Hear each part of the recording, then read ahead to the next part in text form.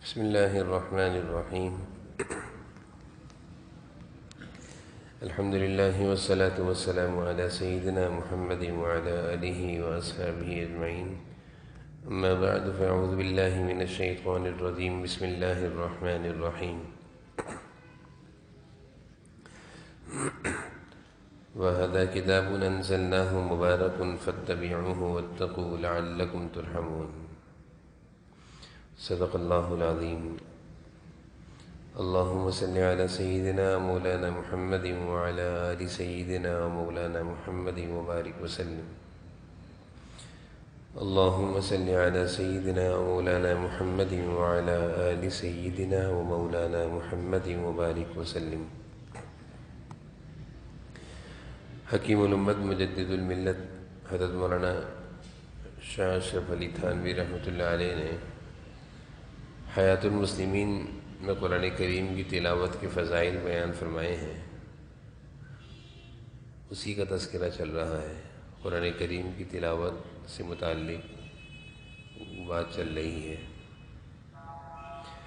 ان فضائل کی روشنی میں قرآن کریم کی تلاوت کے جو فضائل ہیں ان کی روشنی میں ہمیں قرآن کریم کی تلاوت کا زیادہ سے زیادہ اپنا معمول بنانا چاہیے اور روزانہ کم از کم ایک پارہ پڑھنے کا معمول تو ہونا ہی چاہیے. اس سے زیادہ ہو تو اور بہتر ہے. اور اس کے ساتھ ساتھ صبح و شام کی جو خاص صورتیں ہیں وہ بھی معمول میں ہونی چاہیے. تلاوت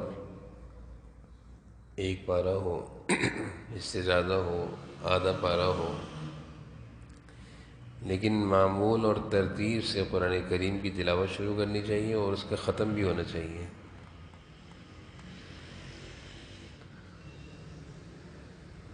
اور اس کے ساتھ ساتھ جو صبح اور شام کی خاص صورتیں ہیں وہ بھی معمول میں ہونی چاہیے. جیسے سورہ یاسین شریف ہے، سورہ ملک ہے، سورہ واقعہ ہے، ہر نماز کے بعد آیت الکرسی ہے، چاروں قل ہیں صبح شام. رات کو سوتے وقت الف لام میم سورہ بقرہ کا پہلا رکوع ہے، آخری رکوع ہے، سورہ کہف کی آخری آیتیں ہیں. یہ ساری جو مخصوص صورتیں اور مخصوص آیتیں ہیں ان کی احادیث میں فضیلت آئی ہے. تو روزانہ کی تلاوت ترتیب سے قرآن کریم کی، اس میں تو یہ قرآن کریم ختم کرنے کا اہتمام کرنا چاہیے. مہینے میں ختم ہو جائے، 2 مہینے میں ختم ہو جائے. کوشش کرنی چاہیے کہ 40 دن کے اندر یہ قرآن ختم ہو جائے. اور اس کے ساتھ ساتھ صبح شام کی جو مخصوص صورتیں ہیں ان کا بھی اہتمام کرنا چاہیے. ختم قرآن اور مخصوص صورتیں یہ دونوں اہم عمل ہیں. ایک طرف قرآن کی تلاوت کا معمول ہو اور ایک طرف مخصوص صورتوں کا معمول ہو، یہ دونوں ضروری ہیں. ہمارے اسلاف اکابرین اس کا بڑا اہتمام فرماتے تھے. امام ابو حنیفہ رحمہ اللہ کے بارے میں مشہور ہے، قرآن کریم کی تلاوت کا بڑا اہتمام تھا. رمضان میں اس کا اہتمام بڑھ جاتا تھا. چنانچہ رمضان کے مہینے میں، صرف ایک رمضان کے مہینے میں 61 قرآن ختم کر لیا کرتے تھے. پورے سال تو قرآن کی تلاوت رہتی تھی، رمضان میں تلاوت بڑھ جاتی تھی. 61 قرآن، ایک قرآن کریم دن میں، ایک رات میں اور ایک تراویح میں. جب قرآن کریم کی تلاوت کرنے کی عادت ہو جائے اور اس کے پڑھنے کی لذت محسوس ہو جائے اور زبان چل جائے تو پھر 4-5 گھنٹے میں، 6 گھنٹے میں قرآن ختم ہو جاتا ہے. بظاہر ہمیں مشکل لگتا ہے کہ کیسے ہوتا ہے، ہو جاتا ہے. سورہ بقرہ قرآن کریم کی پہلی سورت ہے. جادو اور اس طرح کے جو جادو تونے ٹوٹکے ہوتے ہیں جو لوگ اپنا حسد اور اپنا غصہ نکالنے کے لیے لوگوں پر جادو کرتے ہیں، حدیث شریف میں آیا ہے کہ اس طرح کے سارے جادو ٹونے ٹوٹکوں سے بچنے کے لیے، شیطانی اثرات سے بچنے کے لیے سورہ بقرہ یہ علاج ہے۔ 2.5 سپارے کی صورت ہے، 25 منٹ میں پوری ہو جاتی ہے، حافظ قرآن پڑھنا چاہے۔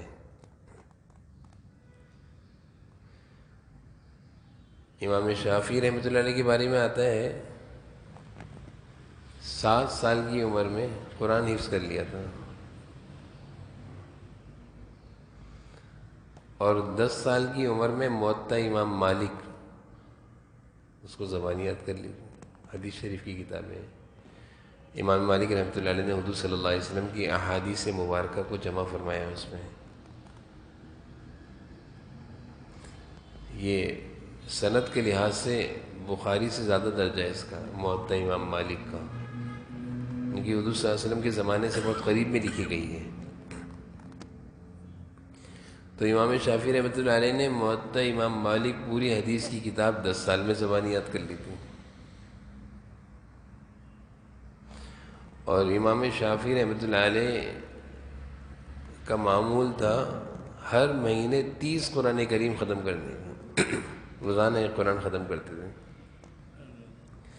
دین کے کام اور بھی ہیں، وہ بھی چل رہے ہیں، مسائل بھی بتا رہے ہیں لوگوں کو، دین کی خدمت بھی کر رہے ہیں، گھر کے کام بھی کر رہے ہیں، اور یہ قرآن بھی روزانہ ختم ہو رہے ہیں۔ تو یہ قرآن کریم کا ختم یہ شروع سے صحابہ سے، اسلاف سے سلسلہ چلا آیا ہے، اور اس کا بڑا معمول ہوا کرتا تھا۔ صحابہ میں جب کسی کا قرآن ختم ہوتا تھا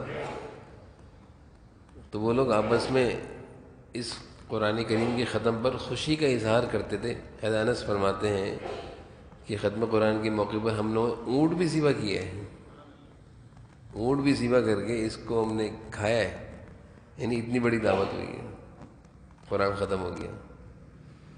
یہ کوئی معمولی اللہ کی طرف سے توفیق نہیں ہے، یہ عظیم انعام ہے۔ اسی طرح ہمارے اکابرین نے لکھا ہے، میں نے یہ بات پہلے بھی بیان کی تھی، اس کا اہتمام کرنا چاہیے کہ قبولیت دعا کے جو مواقع ہیں، جن موقع پر دعائیں قبول ہوتی ہیں، اس میں سے ایک موقع ختم قرآن ہے۔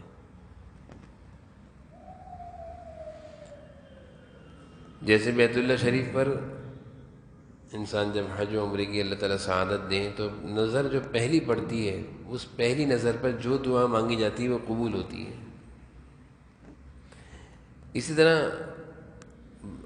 علماء اکابرین مشائخین نے یہ بیان فرمایا ہے، ان کا معمول رہا کہ جب قرآن کریم کی تلاوت سورہ فاتحہ الف لام میم سے شروع کی جائے، 10 دن میں، 15 دن میں، مہینے میں، جب بھی قرآن والناس پر ختم ہو تو جیسے ہی ختم ہو اس وقت دعا ایسے ہی قبول ہوتی جیسے بیت اللہ شریف پر پہلی نظر پڑنے پر دعا قبول ہوتی ہے۔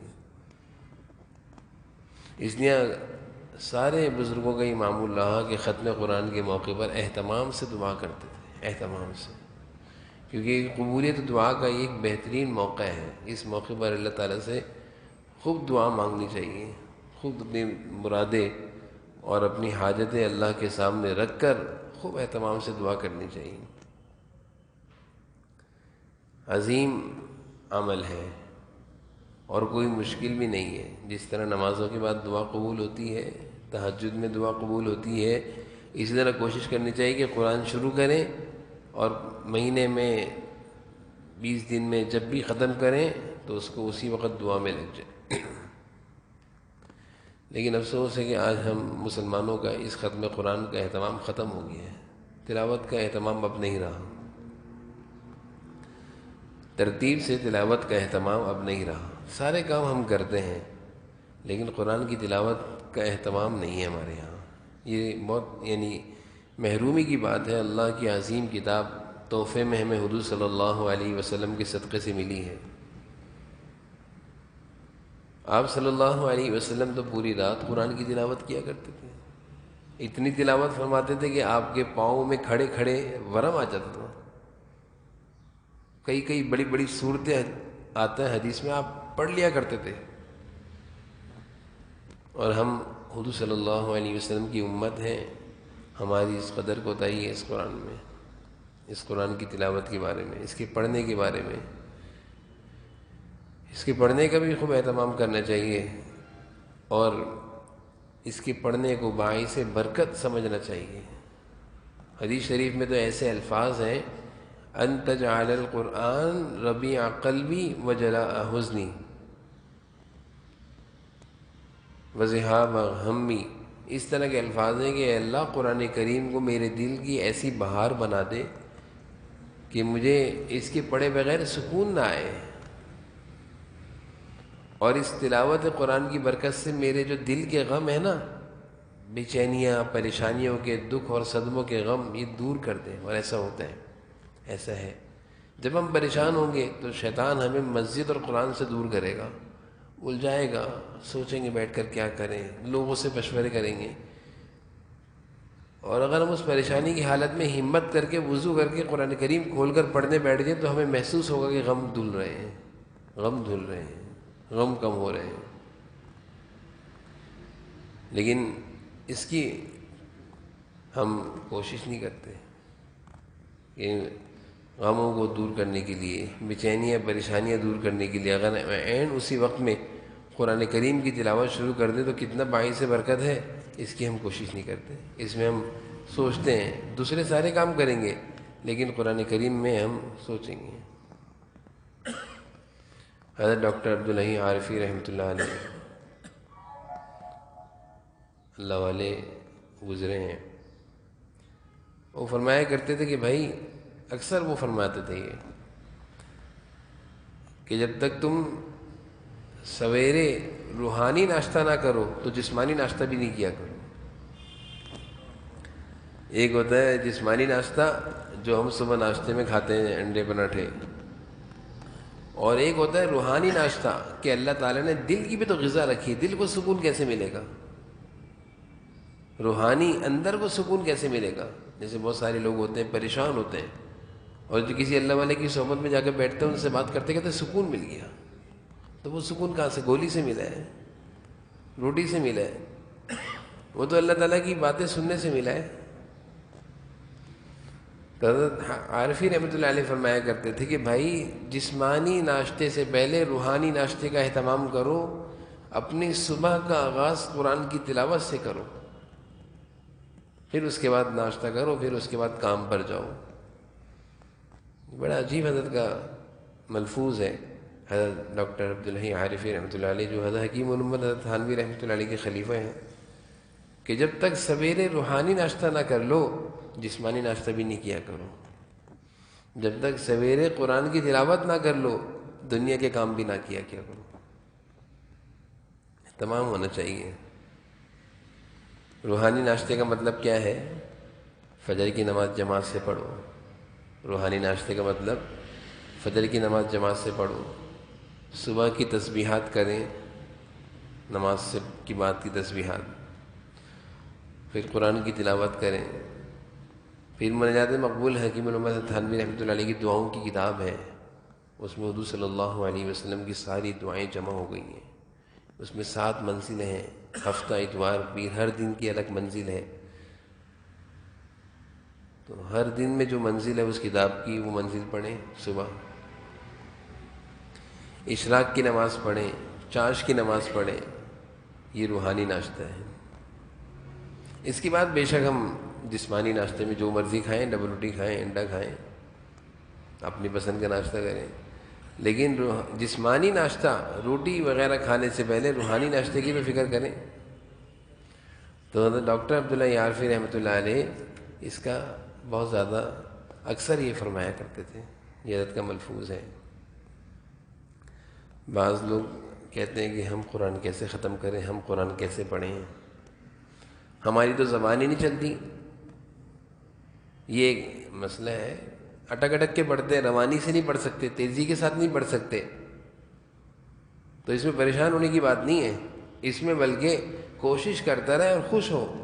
حدیث شریف میں آتا ہے جو شخص قرآن کریم کو صحیح تلفظ سے پڑھتا ہے، اچھے طریقے سے پڑھتا ہے، اس کا درجہ اور مرتبہ مکرم فرشتوں کے برابر ہے، اعمال نامہ لکھنے والے جو معزز فرشتے ہیں ان کے برابر ہے، اللہ کے ہاں اونچا درجہ ہے۔ اور جو شخص روانی کے ساتھ قرآن کریم نہیں پڑھ سکتا، اٹک اٹک کے پڑھتا ہے، اس کو قرآن کریم پڑھنا مشکل لگتا ہے، تو حدیث میں اس کو 2 ثواب ملیں گے، اس کو 2 ثواب ملیں گے۔ ایک ثواب قرآن کریم کی تلاوت کا، جو قرآن کی تلاوت کی فضائل حدیث میں آئے وہ سب فضائل اس کو ملیں گے، اور دوسرا اٹک اٹک کر پڑھنے میں جو اس کو مشقت ہو رہی ہے، قرآن کریم کی تلاوت کر رہا ہے، اٹک رہا ہے، تکلیف اٹھا رہا ہے، اس پر بھی اس کو ثواب ملے گا۔ دنیا کے کاموں کے لیے ہم تکلیف اٹھاتے ہیں، نہیں آتا پھر بھی کرنا ہے۔ قرآن کریم کی تلاوت کے لیے ہم کہتے ہیں زبان ہی نہیں چلتی، زبان پر چڑھتے نہیں حروف، اٹکتے ہیں ہم، پڑھا نہیں جاتا، یہ ساری باتیں ہمارے لیے باعث ثواب ہیں، مایوسی نہیں ہے۔ ان باتوں کی وجہ سے قرآن کی تلاوت نہ چھوڑیں کہ اب تو میں عمر کے اس حصے کو پہنچ چکا ہوں، میں کہاں قرآن ٹھیک کر سکتا ہوں، میں کہاں قرآن پڑھ سکتا ہوں، مجھ سے تو پڑھا ہی نہیں جاتا، زبان رکتی ہے، اٹکتی ہے۔ یہ سب اللہ کے ہاں قبول ہے، اجر ہے، اجر ہے، اس پر ڈبل اجر ہے۔ تو اٹک اٹک کر پڑھنے کو ہم مایوسی کا سبب نہ بنائیں، بلکہ یہ سوچیں کہ اس پر تو مجھے اجر مل رہا ہے، مشقت اٹھا رہا ہوں، اجر مل رہا ہے۔ اور جیسے میں نے پہلے عرض کیا تھا، حضرت مفتی شفیع صاحب رحمہ اللہ، مفتی اعظم پاکستان، وہ فرمایا کرتے تھے کہ بھائی قرآن کریم ختم کرنے کی چیز نہیں ہے، عمر کو، اپنی زندگی کو قرآن میں ختم کر دو، اپنی زندگی کو قرآن میں ختم کرو، قرآن ختم کرنے کی چیز نہیں ہے۔ یعنی قرآن کریم برابر پڑھتے رہو، ختم ہو جائے پھر شروع کر دو، تھوڑا تھوڑا پڑھتے رہو، اسی میں انتقال ہو جائے گا اور یہ قرآن چلتا رہے گا۔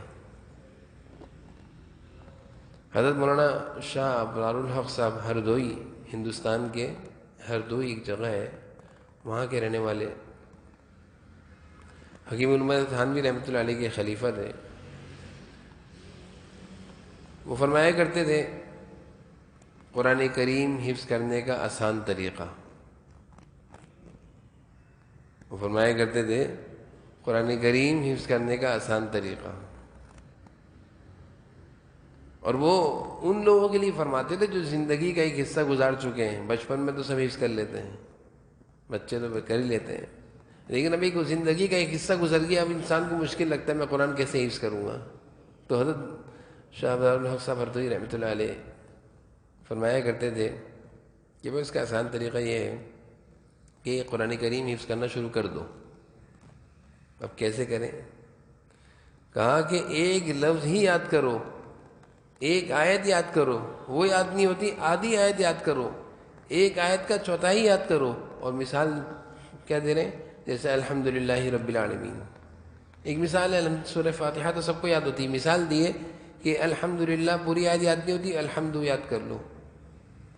دوسرے دن للہ، الحمدللہ، 2 لفظ ہو گئے الحمدللہ۔ تیسرے دن ربی، الحمدللہ رب العالمین، یعنی آیت کو ٹکڑوں میں کر کے یاد کر لو۔ سالوں میں قرآن یاد ہوگا، مہینوں میں نہیں، سال لگ جائیں گے نا۔ حضرت فرمایا کرتے تھے کہ جو آدمی اس طرح قرآن کریم یاد کرنا شروع کر دے گا اور اس طرح یاد کرتے کرتے اس کا قرآن ختم نہیں ہوا، اس کی زندگی پوری ہو گئی۔ بڑھاپے ہے، اپنے حساب سے تھوڑا تھوڑا کسی سے یاد کرتے رہیں، خود یاد کرتے رہیں۔ فرمایا کہ اس فکر میں نہ رہیں کہ قرآن ختم نہیں ہوگا، حفظ نہیں ہوگا اور میرا انتقال ہو جائے گا، میں اللہ کے پاس چلے آؤں گا، 70 سال کا ہو گیا، 80 سال کا ہو گیا، کہ اس فکر میں نہ رہو۔ حدیث سنایا کرتے تھے کہ جناب نبی کریم صلی اللہ علیہ وسلم نے ارشاد فرمایا کہ جو آدمی قرآن کریم حفظ کرتا ہوا قبر میں آئے گا، حفظ کرتا ہوا قبر میں آئے گا، یعنی حفظ کرتے کرتے اس کا انتقال ہو گیا، حفظ پورا نہیں ہوا، تو اللہ تعالیٰ اس کی قبر کے اندر ایک فرشتہ مقرر کریں گے جو اس کو قرآن کریم حفظ کروائیں گے، اور جب وہ قیامت کے دن قبر سے اٹھے گا تو حافظوں میں، حفاظوں میں اٹھے گا۔ کتنی بڑی بات، یعنی اب تو کوئی مشکل ہی نہیں رہی، اب تو ساری مایوسی ختم، اب تو ساری نا امیدی ختم۔ اب تو انسان یہ سوچے ہی نہ کہ میں قرآن حفظ کروں گا کب ختم ہوگا، ختم کی فکر نہ کرے، نہ ہو ختم، اپنا کام کرتے رہے۔ فرشتے ختم کرائیں گے قبر میں، قبر بھی اچھی ہو جائے گی۔ قبر میں بھی قرآن کا مشغلہ چلے گا تو قبر میں عذاب کے فرشتے کہاں سے آئیں گے؟ جو قرآن یاد کرانے والا فرشتہ آئے گا تو ایک ہی کام ہوگا، یا تو قرآن یاد ہوگا یا عذاب ہوگا۔ تو حضرت شاہ ابرار الحق صاحب ہردوئی اللہ والے ہوتے ہیں، یہ انسانوں کو امیدیں دلاتے ہیں، اللہ والے مایوس نہیں کرتے۔ اب دیکھیں نا کتنی پر امید بات کہہ دی کہ ہمارے لیے کتنی آسانی ہو گئی کہ ہم کہیں اب کہاں، ہم تو بوڑھے ہو گئے، زندگی گزر گئی، 40 سال کے ہو گئے، 50 سال کے ہو گئے، ہم کہاں حفظ کریں گے، بچے حفظ کرتے نہیں۔ یہ طریقہ جو حضرت بیان فرما رہے ہیں یہ ضعفاء، کمزوروں اور زندگی کا ایک حصہ گزر جانے والوں کے لیے ہے، جو 40 سال سے اوپر ہے ان کے لیے ہے۔ اور جن بچوں کو ہم حفظ نہیں کراتے، اسکول پڑھاتے ہیں، ان کو بھی ایک ایک سورت یاد کرانا شروع کر دیں، کبھی نہ کبھی تو ہو جائیں گی کچھ صورتیں۔ یہ بڑا آسان طریقہ ہے، تو فرما رہے ہیں آدھی آیت یاد کرو، ایک آیت یاد کرو، ایک سورت یاد کرو، کرتے رہو، اس فکر میں نہ رہو کہ قرآن میرا پورا کب حفظ ہوگا، اس فکر میں نہ رہو۔ اگر اس طرح کرتے کرتے تمہارا انتقال ہو گیا تو پھر حضرت یہ حدیث سنایا کرتے تھے کہ دیکھو حدیث شریف میں آیا کہ جو قرآن کریم حفظ کرتا ہوا اللہ خبر میں آیا اور اس کا حفظ مکمل نہیں ہوا تو فرشتے اس کا حفظ مکمل کرائیں گے، اللہ تعالیٰ ایک فرشتے کو مقرر کریں گے قرآن حفظ کرو۔ اب جب یہ قرآن کریم حفظ کرتا ہوا قبر سے حفظ کر کے اٹھے گا تو حفاظ میں اٹھے گا، حافظوں میں۔ حدیث شریف میں آتا ہے کہ جو شخص قرآن کریم کا حافظ ہو، حفاظ قرآن کریم کے حفظ رکھنے والے، جب وہ قبر سے اٹھیں گے تو اللہ تعالیٰ حفاظ کو 2 انعام دیں گے۔ حفظ کرنے والوں کو، حافظ قرآن کو اللہ تعالیٰ 2 انعام دیں گے۔ پہلے انعام کیا ہے؟ اللہ تعالیٰ اس کو جنت میں داخل کریں گے، جنت میں جانا آسان ہو گیا۔ حفظ کرنے کا طریقہ بتایا حضرت نے، حفظ مکمل نہ ہوا، قبر میں مکمل ہو گیا، حفاظ اٹھے، پھر کیا ہوا کہ اللہ تعالیٰ 2 انعام دیں گے، ایک جنت میں داخل فرمائیں گے، اور دوسرا انعام کہ یہ آدمی اپنے خاندان کی 10 ایسے افراد کی سفارش کرے گا۔ حافظ قرآن جس کا حفظ قرآن کریم جو حفظ کر لیا، اللہ تعالیٰ اس کو یہ اعزاز دیں گے کہ اپنے خاندان کے 10 ایسے آدمی کی سفارش کرو جن پر جہنم واجب ہے۔ اب سارے خاندان کے لوگ کل قیامت کے دن اس کے آگے پیچھے گھوم رہے ہوں گے کہ بھائی تو میری سفارش کر دے، تو جنتی ہے، تجھے اللہ نے قرآن کریم کی حفظ کی برکت سے یہ اعزاز دیا کہ 10 کو لے کر جائے گا، 10 ٹکٹ تیرے پاس ہیں، ایک ٹکٹ ہمیں بھی دے دو۔ یہ حفظ قرآن، حفاظ، حافظ قرآن کو یہ اعزاز دیا جا رہا ہے، اور یہ حافظ قرآن کو بچے کو نہیں دیا جا رہا۔ میں نے جیسے عرض کیا کہ بوڑھے بھی اس میں شامل ہیں، بڑی عمر کے لوگ بھی یہ اعزاز لے سکتے ہیں اگر آج سے شروع کر دیں، مشکل نہیں ہے۔ میں اس کے لیے تھوڑی سی علماء سے مشورہ کرتے رہے، ان سے رہنمائی لیتے رہے، نا امید نہیں ہونا، کرنا ہے، شروع کر دیں ایک طرف سے، 30ویں پارے سے شروع کر دیں۔ عزم اور ارادے کی بات ہے، جذبے کی بات ہے، ہمت کی بات ہے، اللہ تعالیٰ جب مرضی پورا کرا دیں، زندگی میں پورا ہو جائے بہت اچھی بات ہے، زندگی میں پورا نہیں ہوا قبر میں فرشتوں سے اللہ تعالیٰ پورا کرائیں گے۔ ہمیں تو کل قیامت کے دن حافظ قرآن اٹھنا ہے، بس ہمیں تو حافظ قرآن اٹھنا ہے، بس جب ہم قبر سے اٹھیں تو اللہ تعالیٰ ہمیں حافظ قرآن میں اٹھائیں۔ اس میں ایک واقعہ یاد آیا، ایک جگہ میں نے کتاب میں پڑھا کہ ایک شخص ایک آدمی تھے، وہ ضعیف تھے، ان کو جب پتہ چلتا کہ یہ بچہ حافظ ہے تو وہ حافظ قرآن بچے کو پیار کیا کرتے تھے، اس کو ہدیہ دیتے تھے، اس کو اپنے سے مانوس کرتے تھے، اس کو کہتے تھے بیٹا مجھے دیکھو، مجھے دیکھو، مجھے دیکھو، مجھے پہچانو، مجھے یاد رکھنا۔ تو ان کا یہ معمول تھا. جب کہیں گئے کسی نے بولے ماشاءاللہ حافظ قرآن بچہ ہے تو اس کو ان کا یہی تھا جیب سے پیسے نکال کے ہدیہ دینا اور پیار کرنا اور کہنا کہ بیٹا مجھے پہچان لو, مجھے بھولنا نہیں. کسی نے ان سے پوچھا آپ ایسا کیوں کرتے ہیں؟ تو وہ کہنے لگے کہ بھئی حدیث شریف میں آیا ہے کہ حافظ قرآن کل قیامت کے دن اللہ تعالیٰ اس کو یہ اعزاز دیں گے کہ جس کو چاہے جنت میں لے جاؤ, جس پر جہنم واجب ہو. تو میرا تو کچھ پتہ نہیں, نہ میں حافظ ہوں نہ میں عالم ہوں نہ میرے پاس نیکیاں ہیں, میں ایک سیدھا سادہ مسلمان ہوں. تو پتہ نہیں اللہ نہ کرے میرے کسی گناہ کی وجہ سے جہنم کا فیصلہ ہو تو کوئی نہ کوئی حافظ تو مجھے پہچان کر جنت میں کھینچ کے لے جائے گا. یہ ہوتا ہے جذبے کی بات, نیت کی بات. انسان جیسا اللہ تعالیٰ سے گمان رکھتا ہے اللہ تعالیٰ بھی اچھا کرتا ہے. ہم لوگ مایوس بھی ہو جاتے ہیں نا, ارے کہاں ایسا ہوگا, شیطان دل میں ڈالتا ہے تو چھوڑو یہ تو مولویوں کی باتیں. یہ ساری باتیں ہمیں جب ہماری دنیا کی آنکھیں بند ہوں گی اس کے بعد سمجھ میں آئیں گی کہ سب صحیح تھا, ہم غلط سمجھتے تھے, ہم نے غفلت دکھائی. اس لیے اتنا آسان ہو گیا اللہ تعالیٰ کی طرف سے اب حفظ قرآن کا کرنا جو حضرت نے طریقہ بتایا, اور اس کے مطابق حافظ قرآن قبر سے اٹھنا, اور پھر حفاظ کے مطابق ہمارے لیے اعزاز اللہ تعالیٰ سے ملنا. حدیث شریف میں آتا ہے حافظ قرآن سے اللہ تعالیٰ کہیں گے تیری جنت کیا ہے؟ جنت میں داخل ہونے کے بعد جنت کے درجات ہیں, اعلیٰ سے اعلیٰ درجہ ہے جنت کا.